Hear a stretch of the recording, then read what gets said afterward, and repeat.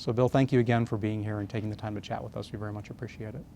I'd like to give a brief biographical sketch, and then you can add to that, subtract, or clarify as you'd like. You were born in Brockton, Massachusetts, and you attended Harvard undergrad and had a one-year stint in the Marine Corps, and then did your legal studies at Columbia Law School, where you graduated in 1965. Mm-hmm. You clerked for Judge Frederick von Pelt-Bryan for 2 years, Mm-hmm. and then you started teaching at the University of Washington Law School. You spent 7 years at Georgetown from 1972 until 79, and you did extensive visiting scholarships around the country. That's correct. You are one of the founders of environmental law, having written several of the major treatises and horn books. Have written so many articles I won't even begin to try to go through them, but you truly are one of the founders of environmental law. So thank you for taking the time to chat. Thank you. One thing I'm curious about is you, when you were in law school, spent a summer at a law firm, you spent a summer Mm-hmm. at an NGO, actually 2 summers at NGOs, but you decided to come right out of law school and go right into academia.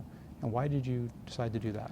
Well, that's a good question, and I think then the answer is probably the influence of your teachers. And among the teachers I had, Walter Gellhorn, who was a great scholar of administrative law, Herb Wexler, who ran the American Law Institute at that time, and I had a chance to work with him on New York Times against Sullivan. And Paul Hayes, who was the great judge in the Scenic Hudson case, he was my civil procedure prof, year 1. So I like this business of being a prof and then being able to have cases as they went along and have your research, let's say, empirically informed by what's going on in the real world. Well, that's an important point. I think a lot of people, when they hear about someone being a law professor their entire career, imagine that you spent your entire time in the Ivy Halls teaching. But you mentioned having cases. Can you expand a little bit upon what that means, what you were doing? Well, very much so. I certainly, one of the connections I've been fortunate to have is with the Indian tribes, and I met, among other people, Hank Adams immediately. And Hank's practice was to file a case and then go over and find somebody at the law school who could handle it for him. So I immediately was pulled into those issues. I do remember one case in particular I'll mention. Hank was involved in the takeover of the BIA building. So this is a major event in which tribal people basically assume control of the BIA for, I think it was up to 10 days or 2 weeks. When they left, they functionally looted the building, so they took away all the files and whatnot, and Hank's job was to return the files. He would collect the files, walk them back to Jack Anderson, who was the nationally syndicated columnist who had published the scandal, and then return the documents. And Hank was arrested when he was doing this, returning documents, charged with possessing stolen documents. I became his lawyer in that case, and I didn't have much to do. In a few days, they decided to dismiss the case. But Hank always was on the edge and had a lot of legal work for me. I can tell you another instance of that. He knew that immediately one of the consequences of the takeover of the BIA building would be a national commission to look into it. So this became the Indian Policy Review Commission. He needed a draft of that document, creating the commission, in a matter of hours.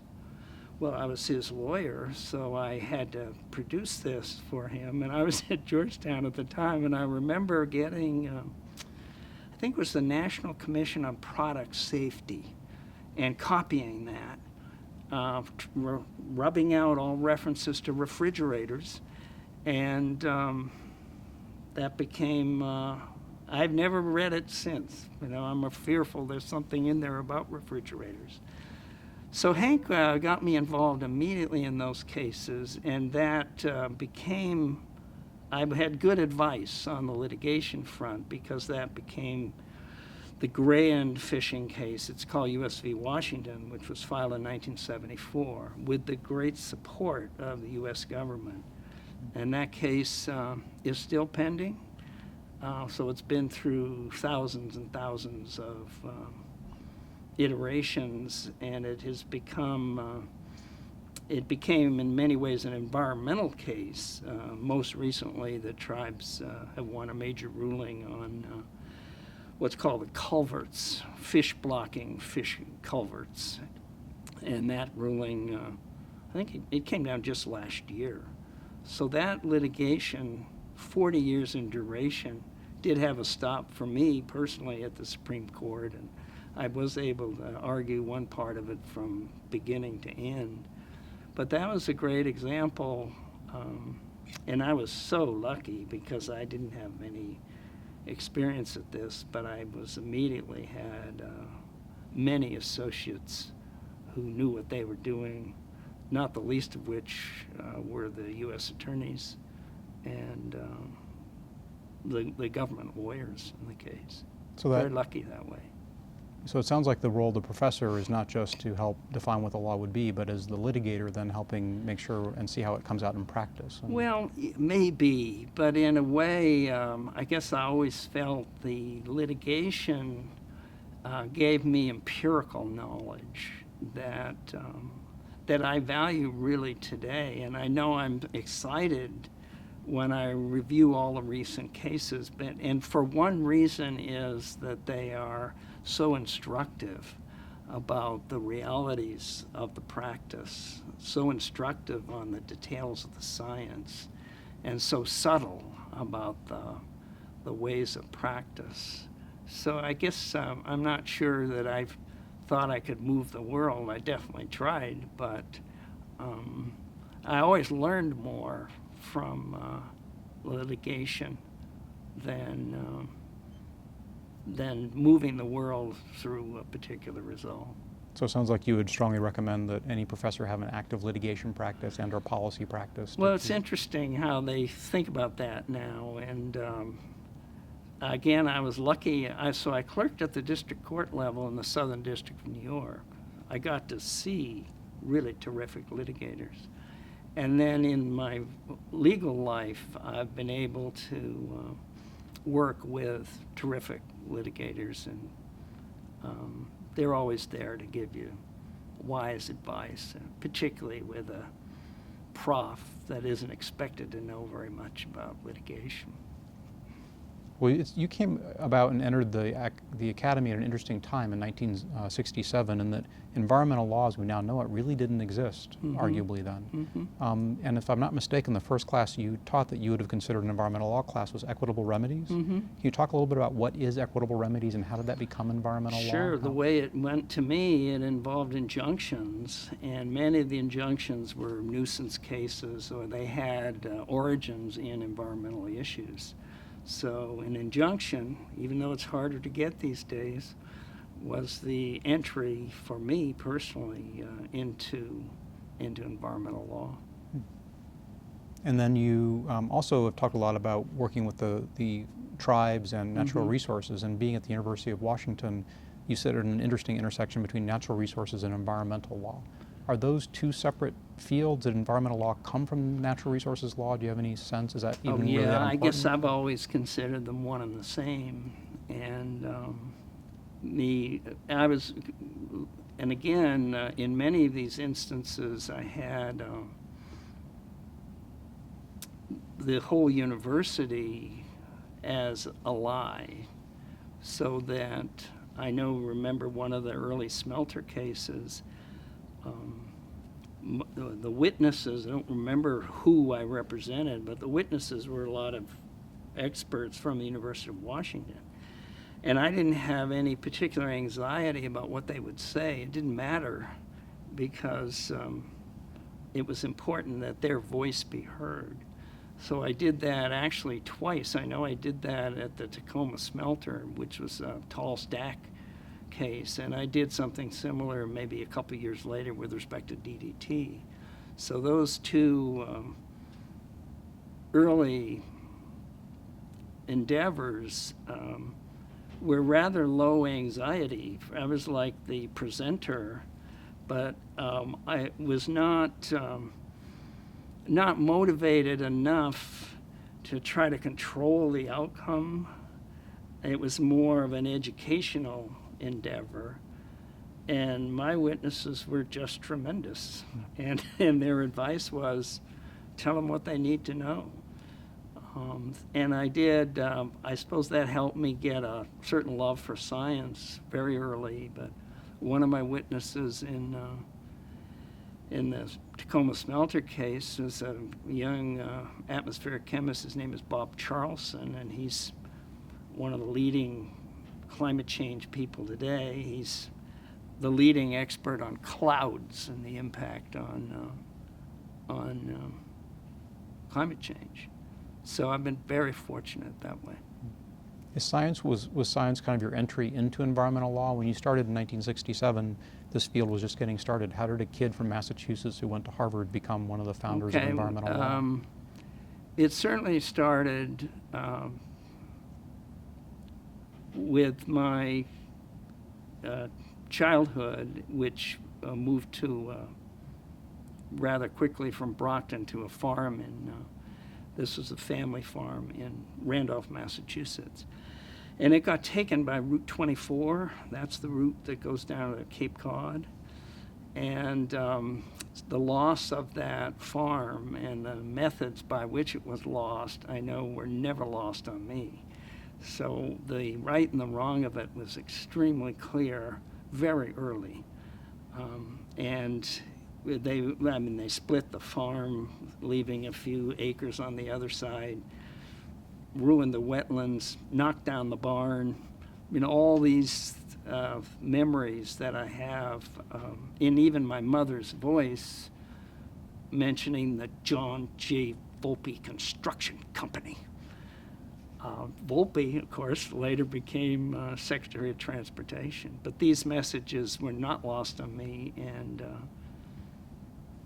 I raised ducks, and they imprinted on you, which meant you had to be their mom and dad. And I remember years later, somebody got the Nobel Prize for this common knowledge. Amazing. We raised pigs. I got to know their behavior and their joys and pains in life. Had a pet pig. And when Justice Scalia wrote years later that you could take reproduction away and it doesn't hurt somebody, the first thing I thought of was they looked like they were hurt when they were castrating the pigs.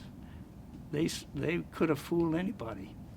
But anyhow, so I pretty well had a view of the world as I got into higher education. And so environmental law was something you really gravitated to Very pretty much so. naturally. And within a couple of years, you spent your first few years here in Washington State teaching, and then went to Washington, D.C., to Georgetown at the end of the Nixon administration into the Carter administration. Can you talk a little bit about what your time there was like? That was a very formative period So of environmental lucky. law. I mean, so I loved the University of Washington and got immediately into these matters and got my feet wet on all the tribal issues. And then I'm at Georgetown at the moment of the arrival of all the environmental laws. Again, timing couldn't have been more perfect for my personal interests. And then you were involved while you were at Georgetown, principally in the Clean Water Act, and had a pretty hefty hand in helping author that and other statutes. Is that correct? Can you talk a little bit about your efforts there? Very much so. I got lucky again. I had published a law review article on the old Refuse Act, and in many ways that presaged what went into the Clean Water Act. And got to know a lot of the people. Henry Royce was one. Marvin Durning was an active lawyer in Seattle who later became Attorney General in Seattle. So I got to know the people who are working on the so-called qui tam provisions. That enables somebody who initiates a lawsuit to get a share of the fines, and that was a very exciting moment. And then went, for some reason, soon met these incredible staffers of Senator Muskie. Leon Billings was one, Tom Jorling was another, and they were writing the Clean Water Act. I hope I helped them a little bit. So it really is the staffers is the level at which the work really happens on the Hill. Totally, totally. And I was fortunate enough, I did testify many occasions, but I also realized I didn't have a constituency, so that I had better produce something that was useful, and it was not a constituency. Learned to testify. I testified with Ralph Nader a couple of times, and I think I learned how to testify from him. Nader's rule, which I always followed thereafter, you get 2 statements. You get your file, the one you file. You get your prepared statement. And his other rule was you treat it like a drag race in that you go as fast as you can. So basically, the way he would start his testimony, he would say, "Thank you, members of the committee, for inviting me here today to address one of the gravest scandals ever to appear in the context of," and he would just race it. Maybe that was the necessity given the media of the time, but I always followed the Nader model in congressional testimony. Given what you saw when you were there in the early 70s and the formation of these new environmental laws, how does it compare to where we are today? What's changed? Hey, listen, I'm not as pessimistic as many. You know, one of the things that's happened, the Supreme Court's been in the hands of the wrong people for 50 years. You know, if the Supreme Court had been in the hands of other people for 50 years, the situation would look very different. And I can't get totally pessimistic about the law and the future direction of the law, because remember, I know of the Indian tribes. And when I started, the Indian tribes were living in hovels, the Muckleshoot. The Puyallups were fugitives in their own world, and they're now the largest employers in Pierce County. So tell me that law doesn't do anything, and I guess I won't believe it. And on the environmental front, what are there now? Is it 66 nations of the world have environment in their constitutions? So this seems to me a trend you want to mention. I wish the 50 years that I've referenced could have been otherwise. But the fact of the matter is, because I study this at retail, and I have to tell you, it's really hard to keep up. And there's a lot of questionable material that comes down, but there's constant inspiration. So our judiciary, federal courts, they may be under all kinds of stress and ruination and political domination and the rest of it, but what a blessing. They're unbelievable. And to me, if you look at the constitutionality of this matter, you know, they make much of case and controversy and the ridiculous burdens on standing. But there's another part of that, and that is the independence of the federal judiciary. I love them. And they've had a tremendous amount to do with environmental law, protecting the integrity of it and developing it. You know, David Sive, as you know, who passed away not too long ago, said there's no public movement that's been more influenced by litigation than the environment. And he's right. Well, you wrote an article where you identified kind of the 4, I think you called it pre-adaptations of environmental law. The core strengths is strong science, public participation, strong judicial review, and really citizen enforcement. Mm-hmm. It sounds like you're coming back to that those are elements of environmental law that are really critical. Absolutely. And look at science. I mean, science. Would you rather be defending science or defending some other version of science? No, I realize a lot of the challengers to environmental law don't like the science. But one of the cases that I love to refer to is the Daubert motion that was filed against Jim Hansen, preeminent atmospheric scientist, one of the greatest in the world. How can these lawyers believe they can strike this testimony and make sense of it? So although that war never goes on, I would much rather be fighting for truth, honor, and science as it expresses truth than triumphantly writing an ag-gag law or triumphantly challenging Jim Hansen.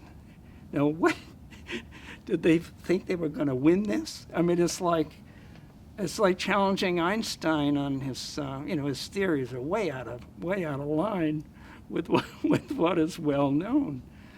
Oftentimes, you often see the hurdles that you face, but this is a tremendous advantage that the environment has. Remember, in the timing, NEPA comes in 1970. Best available science clauses show up in force. There are 12 of them.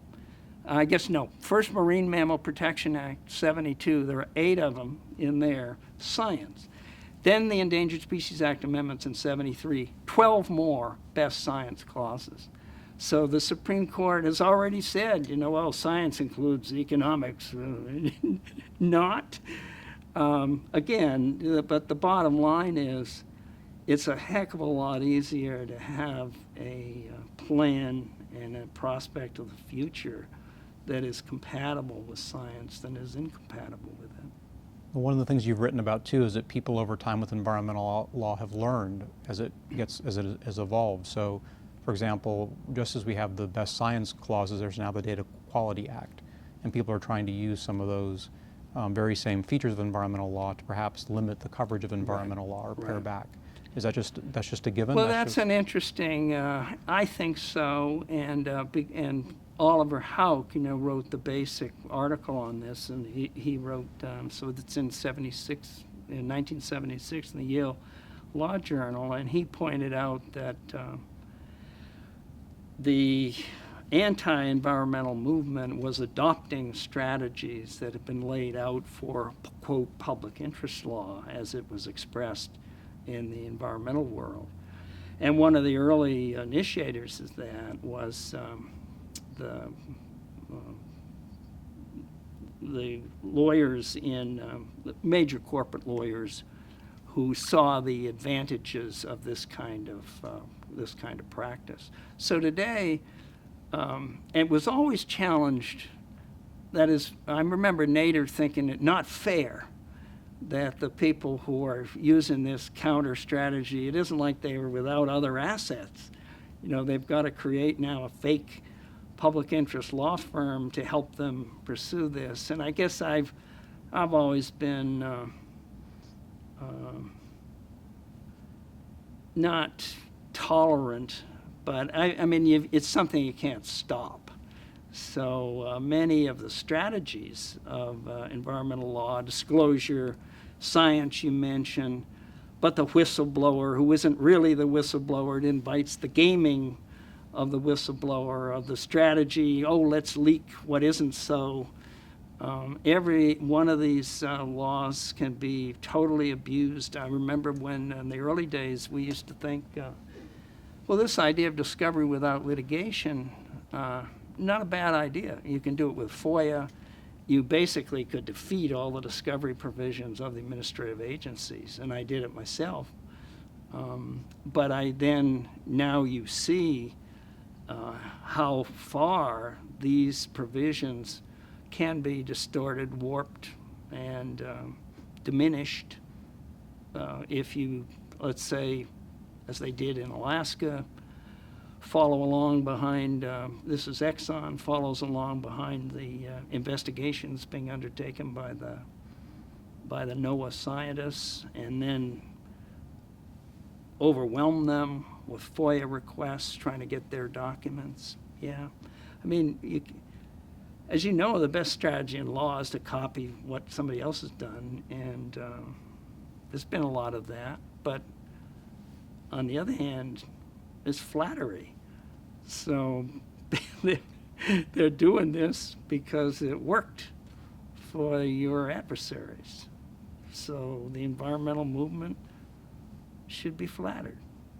And why are public participation and citizen enforcement so key and important in environmental law? Boy, because the major corporations will have extreme influence that has to be combated. The deference of the agencies will turn into cowardice and hesitation. And it is quite amazing to me that despite the Supreme Court's best efforts, this opportunity to go before a federal court and to ask for a hard look at what's going on, the integrity of the process, it still functions.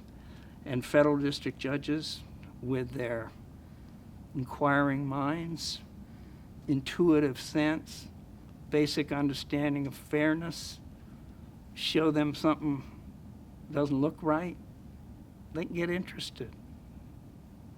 So it sounds like you think the core of environmental law is still sound. The framework and the structure, the basic laws themselves are still solid? Are they the tools we need?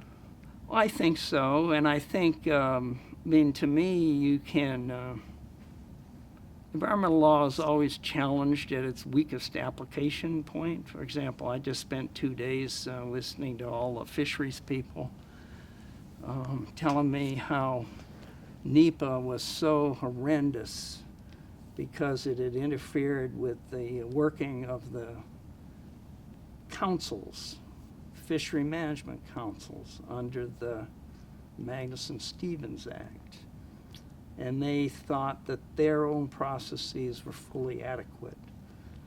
Well, I look at the history and I see these wonderful examples of NEPA being used to save this system from its own corruption, and I beg to differ. So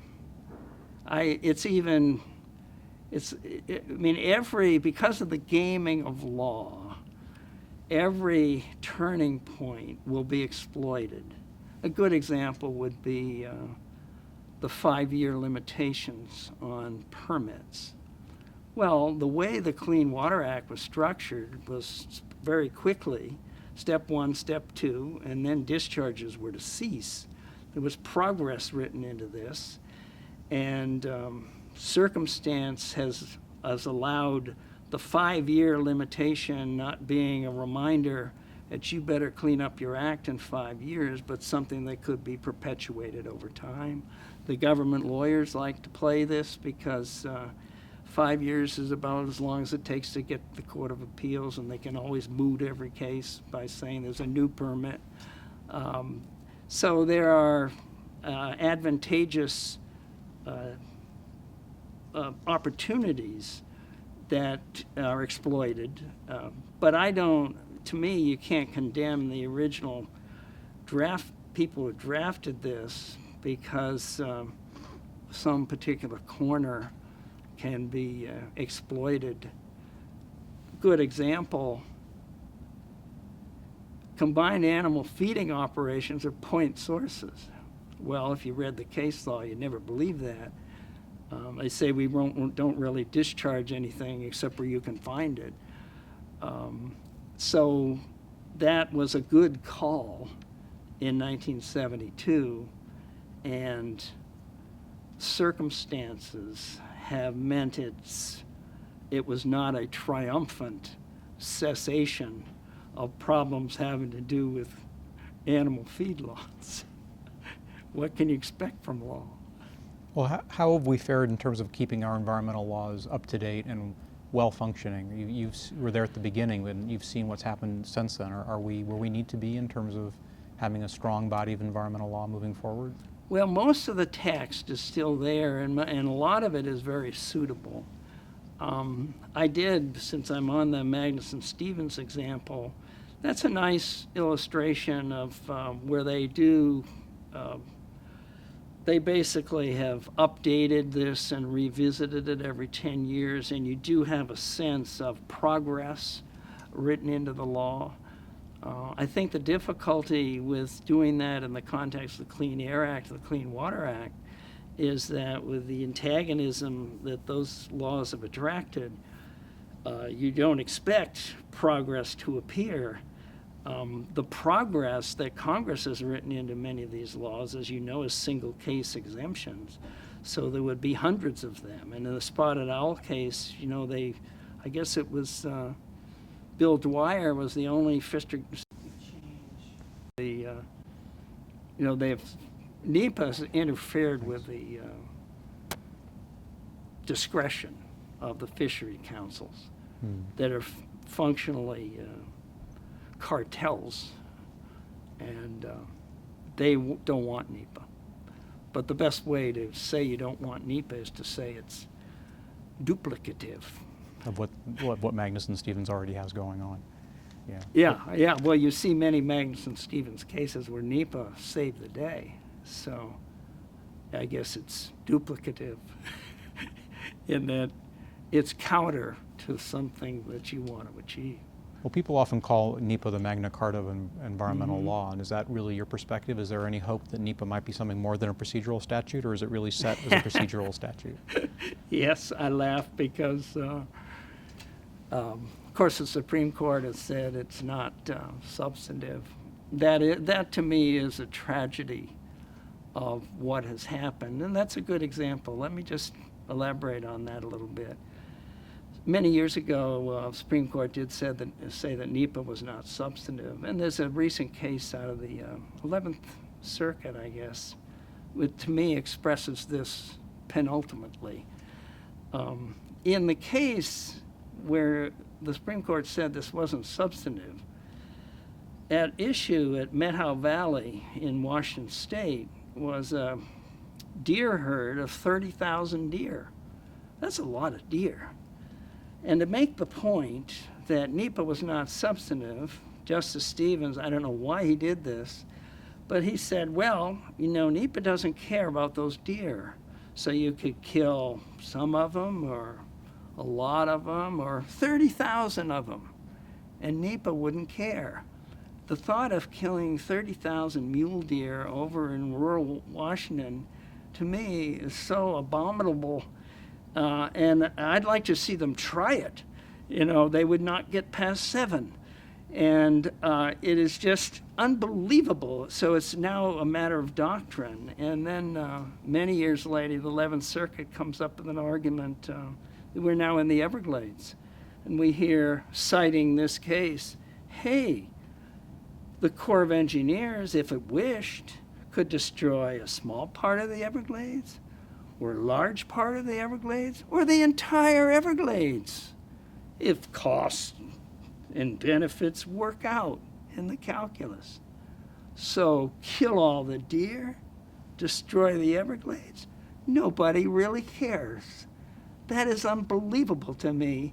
And I now have collected the case. I did a search the other day. I think there were 106 cases in which the court says NEPA is only a procedural law, meaning whatever the heck happens here, 106 cases is okay.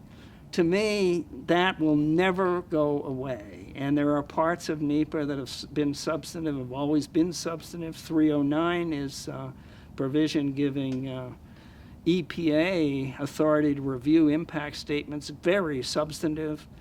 And to me, that's a great issue that after the 50-year reign, maybe it'll end in year 56 of foolishness on the U.S. Supreme Court, this will be corrected. With all that, NEPA is a great law, and the reason is that it easily incorporates help from other statutes, and its function to gather together what governments do, and it's very useful to the agencies. You don't have to comply with NEPA only, you're supposed to comply with all the other laws. So usually then, why is the environmental law so strong when NEPA is only a procedural law? Well, because NEPA rides along with the Marine Mammal Protection Act, the Endangered Species Act, and a host of other statutes. I like NEPA. If year 56 ever comes around and you and Jim McElfish and others have their way of having a substantive NEPA, what would it look like? What What would a court do with NEPA in your mind? How would it inform? To me, it was always designed to be substantive. In many of the states, it is substantive, and that is one of the factors you look at is the degree of and extent of damage. And damage, environmental damage, is not to be validated and celebrated because a few processes have been achieved. There can be too much environmental damage. So I don't have any problem with that, and courts have been dealing with that for hundreds of years. So lines have to be drawn, but the understanding is some of this damage is unacceptable. Are there any lessons that stick out for you in your own mind over your past 45 years of the career in environmental law about lessons learned from environmental law, watching the evolution of watching how this field has changed that you would point out to people?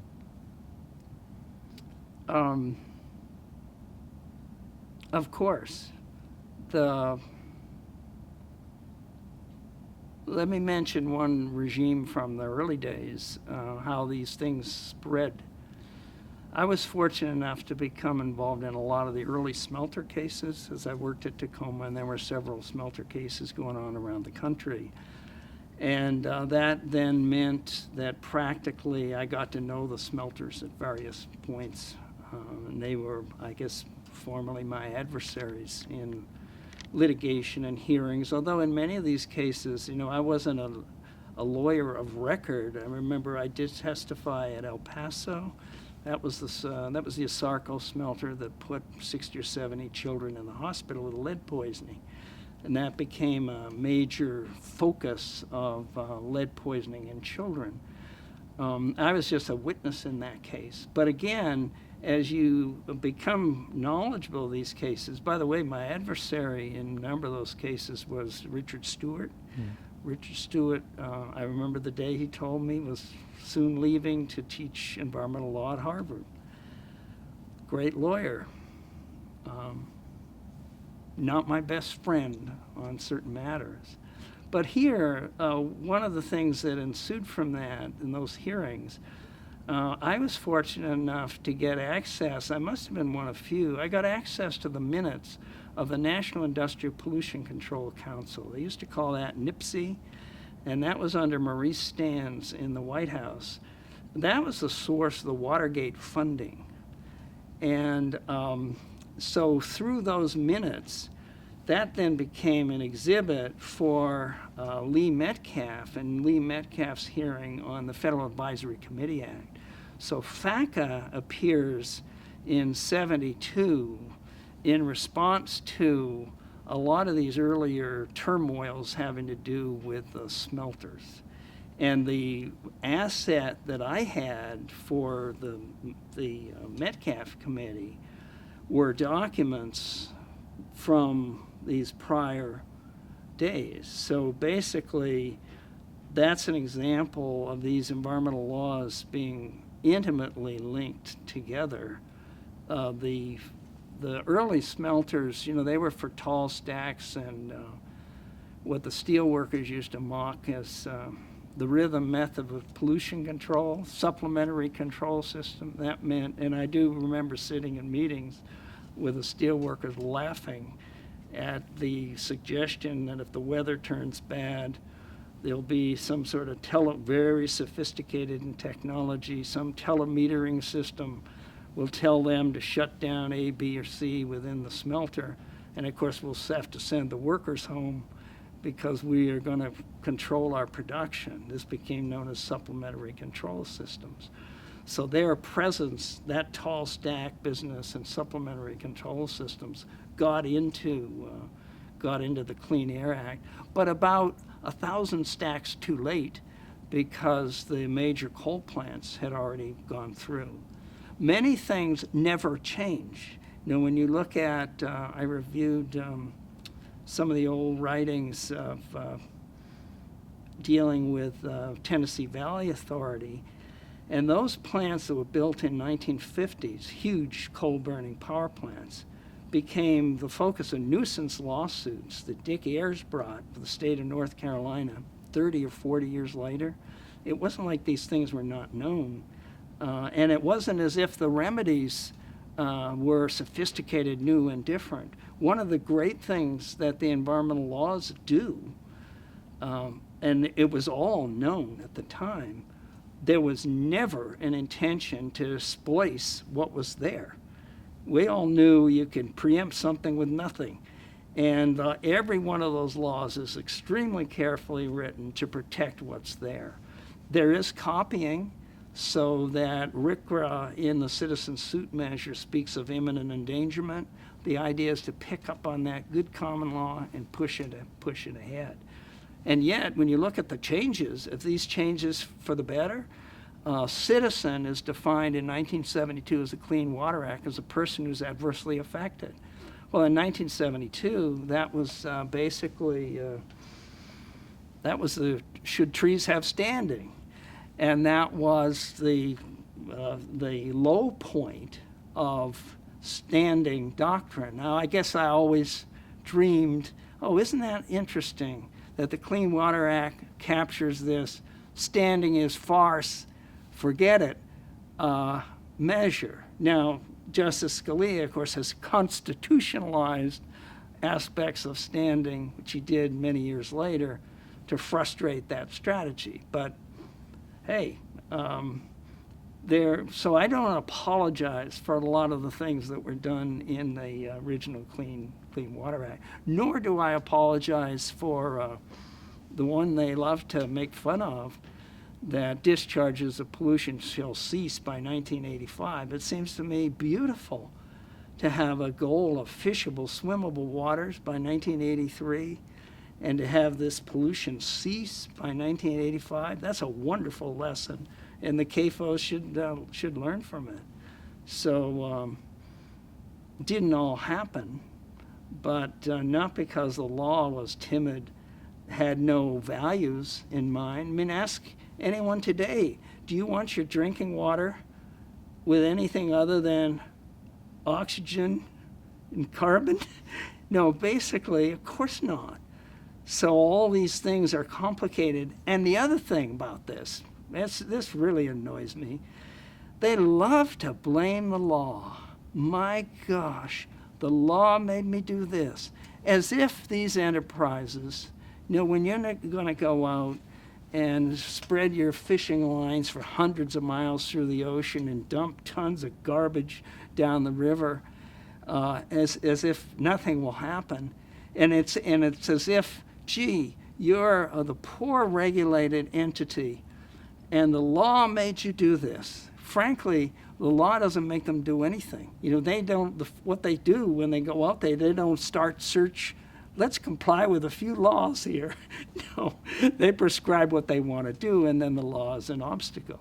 And if the law isn't enforceable, it's the way they want it. Well, is that some of the limitations of our current laws, is that we don't really have a clear set of goals? People have seen enough improvement where they're not feeling they're not impacted daily that they're noticing with air pollution or with dirty water, rivers on fire, but the laws Yeah, are that still... might be, but on the other hand, every time you can set up a regime, as you know, TMDLs and whatnot, which can make it very clear and have great confidence when you get there, if you get there. But they've tried to do that with fisheries, but you never seem to get there, and they never have the great confidence. So I don't know if that's a failure of law. One of the problems that we've had, we believed for many years, and you've got Mr. Ruckelshaus on tape, I'm sure he would talk about this. We have all kinds of laws, all kinds of hopes about voluntary compliance and pollution reduction. And all you have to do is put the word out. This is best management practices. Hey, everybody will jump on board. Now, it turns out that isn't true. Everybody doesn't jump on board. And not only do they jump off board, they jump off in atrocious, unbelievable, very imaginative ways. So you have to have law enforcement. And that's where this citizen suit comes in, because deference is overwhelming the agencies. What can they do? They have in fishing, they have, say, we can't enforce that without observers. Will there be observers? Hey, we can't have observers on board. That would invade our privacy. Plus, we only have 6 bunks. And if we had an observer, we wouldn't have enough workers. I guess I feel that every time you point your finger, oh, the law didn't tell me to do this and tell me to do that, go ask. You can get some precise measure of what your duty is. But often I don't think they want that. What they want to do is they want freedom to do whatever they please. And I see that in the litigation. We don't. How much of this litigation asks for more precise directives? Only in a way, but we want more precise directives, meaning you can't have any directives at all. So much of the gaming and litigation by the industries who want to avoid it is destructive and reactive. So I don't think, no, I'll talk about precision of direction. Pesticides a little bit. How about those pesticide labels? Keep out of water. This material is sold without warranty as to hazards or results. Make sure the cattle don't come into contact with moving clouds of tip. So to me, in that world, which of course is a world dominated by the regulated parties, don't let bees come into contact with an area that has been sprayed recently. Well, that's like good advice, like keeping it out of the water. It's not really precise. So it's very vague, but perfectly suitable for regulatory purposes, if that's your regulatory world. You've talked several different times about using models and copying from past examples to help build new laws and our existing laws. Given the future challenges we're looking at with climate and ocean issues, do we have the tools we need? Are those the right, Great question, and some of them have been around for a while. One of the, as we have the old public trust doctrine, and Joe Sachs is another great figure we just left, and he put that into his early statutes. And it had basically sat there dead and dumb for many years until it got pulled out by the Pennsylvania Supreme Court. And to me, revived and underscored in really important ways, but inspired to some degree by the enormous overreaching of the fracking industry that functionally set out to destroy all zoning in the state of Pennsylvania. Now that's pretty arrogant, and that's an expression of unacceptable political power. And it yielded this extraordinary precedent. That's an old precedent, and as you know, things don't spread like wildfire, but that's the precedent that Mary Wood has in mind in her campaign with respect to climate change. And that, again, hasn't yielded great returns, but if you don't ask, you don't get. So maybe things will change in a few years.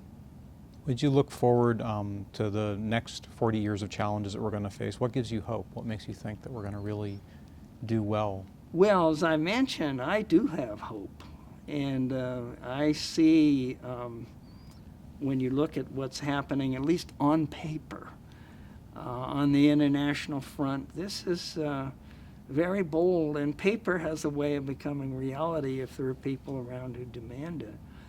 I do not see a destruction of the environmental movement and even a destruction of their opportunities to go to court, despite this enormous hindrance and nonsense overstanding. So transaction costs have been driven up, but I see that very strong. The great worry we all have is about public participation. You know, as you point out, that was one of the keys. People are going to get it right. And then you have to wonder, well, who is this public? And are they going to get it right? That's a great concern. And when you look at, I'll recommend a book for many students of law. And this is the book on Exxon. It was published recently. And the important point to remember is that some enterprise, Exxon is a great example, they're stronger, more wealthy than virtually all nations on earth. They have their own motivation, aims, and outlooks. So they have their own foreign policy. They have their own policy on climate change. These are enormous power centers, and bringing them under the rule of law is a continuing problem. And I don't know whether corporations, trees aren't yet persons, although I could show you one in Washington that ought to be. Amazing tree. Corporations are still persons. And I just picked up a book about my Indian friends, and its title is Standing Bear a Person? Turns out, I know he is, and I imagine it's because he has certain traits that corporations may not have. So this whole question of getting a hold of the political system and financial disclosure is extremely important. And let me just add one little footnote on that. You should keep in mind that one of the drivers of the original Clean Air Act was the smog conspiracy. This was an antitrust violation when the big three that were existing then, when they sat down to write their own rules, which would basically meant we are not going to control air pollution because it's not in our interest to do it. We will suppress the technology. I've always been interested in that, and I filed a case against the FTC a number of years ago when I charged it grew out of a initiative that I had a hand in writing in this state dealing with returnable bottles and cans, and it got essentially smashed. It was a very close vote, 51-49, but all the supermarkets put up a sticker that said, we're going to raise our prices, I forget what it was, 84 cents a six-pack if you vote for this initiative. So, of course, I charged them with price fixing. And the Federal Trade Commission said, no, this is free speech. And Federal Trade Commission won that case. And a lot of this is going on now.